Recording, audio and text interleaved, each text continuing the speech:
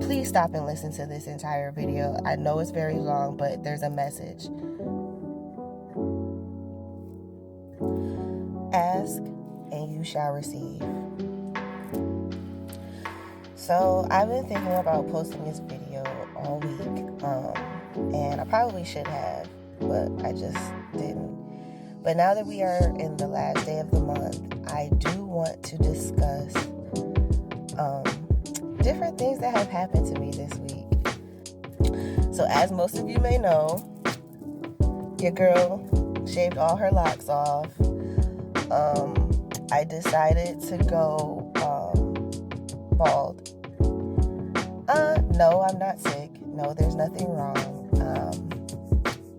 I just needed a change. I was talking to my daughter one day, and while she was talking to me, we were having a heart-to-heart about something personal between us, about our relationship. And it wasn't bad or anything, but as we were talking, I just had this sudden urge to just cut my hair. And I had the desire to want like a pixie cut, because I've never had one, and I've been locked for 15 years. And I've also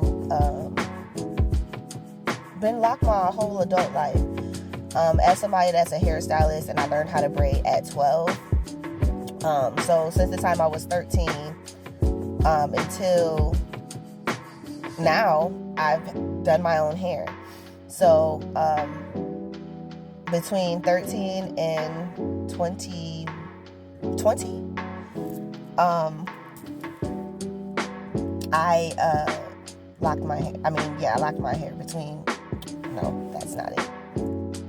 I'm not editing this, so whatever y'all get is whatever y'all get. This is too much to talk about. But I digress. So y'all know I shaved my hair. But what I came on here to talk about is there were some situations that took place this week. I know I came on here and I talked about the situation about the homeless person, or not the homeless person, but the lady that was standing on the corner with her children. We talked about that last week, so that happened. Now, mind you, like I said, there has not been a person standing on that block since. So, I'm just saying, if y'all haven't seen that video, go back and watch it. But two things happened to me this week, and that's why I started the video with asking you shall receive, because me personally, in this season that we're in of reflection and healing and all the things, I have been faced with things from my past that have triggered me, right? So with one thing being my hair, so there was a situation where I first started learning how to do my hair, and I first learned how to braid, and I was braiding my own hair, and I went to school, and I was so embarrassed by how bad the braids looked that I had to call my mom and go home early. So I'm like, I couldn't face it. So that, me shaving my head actually healed that trauma and that mindset of, you're not your hair. Your hair doesn't, make you who you are. And as somebody that prided myself on hair and has always prided myself on hair, my mother has always kept my hair done up until the point where I could do my hair myself, and then I was taking care of my hair. And I can count on one hand how many people have had their hands in my head my entire life. That's how much of my hair, I took pride in my own hair. So, so that healed me. As far as the hair, I've never felt more free in my life. But there was another situation. Now, I'm gonna be completely transparent. I am in a season of my life where everything seems to be falling apart. Everything seems to be falling apart. My finances, my car, by the grace of God, nothing has completely shattered and broken down. But there was a period of time that I've been without a job.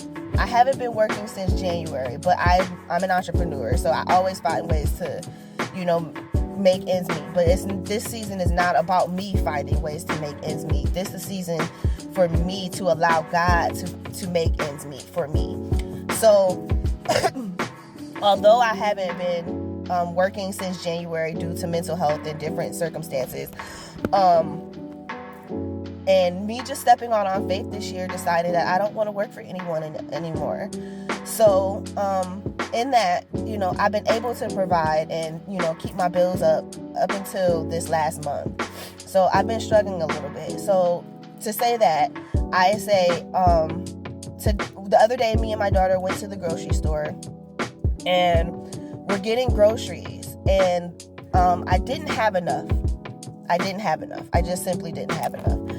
And I'm scanning things and I'm like putting stuff back because I'm like, I don't know what we need. And anybody that goes to the grocery store, like how embarrassing that can be, and for me, I'm not going to say I'm prideful, but in my past, I definitely had a problem caring about what people thought, about me and how people feel. So,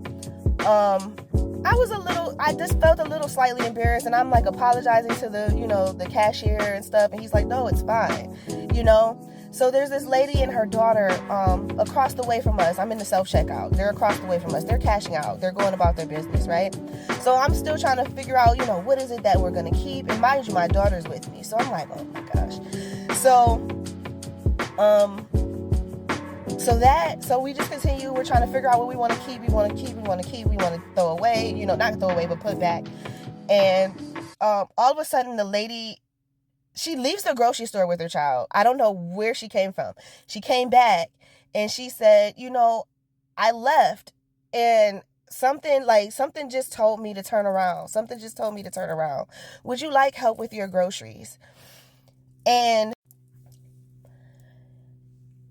I immediately looked at her with like this face of like in sadness, because I'm the type of person that does for people. You know what I'm saying? I always do my best to try to help others and to try to be there for others. I'm not really the type that's good at receiving. So in this season, I do feel like God is like pushing me to say, it's okay to receive. It's okay. You've had your season of giving and pouring and sowing, and now it's your time to reap. So I'm just like, and I'm like, God, every day I pray, I pray to God on a regular basis. Like me and God, okay. So it's just like, I know the space that God has me in, and I know that my financial situation is literally just to see how much I trust him.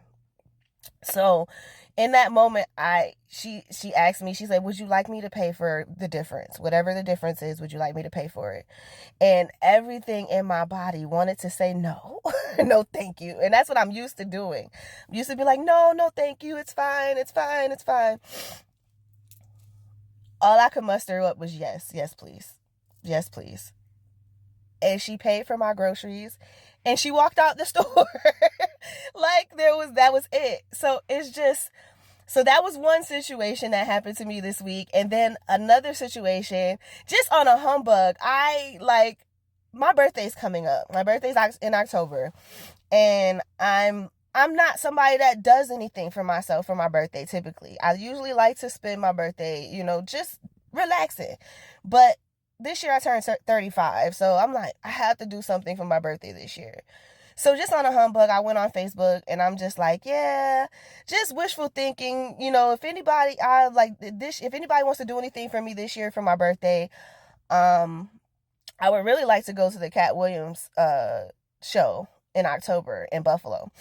And next thing I know, someone that I truly admire and truly always looked up to and kind of looked to as a kind of a mentor and a friend, reached out to me to pay for the tickets for my birthday. So now I have the tickets. So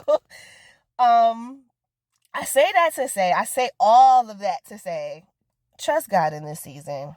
Whatever he asks you to do it. And also know that anything that you ask God for, anything that you desire, anything that God has given you the desire for will come to fruition. And be prepared to receive. If you ask, you shall receive. If God placed it on your heart, you will get it.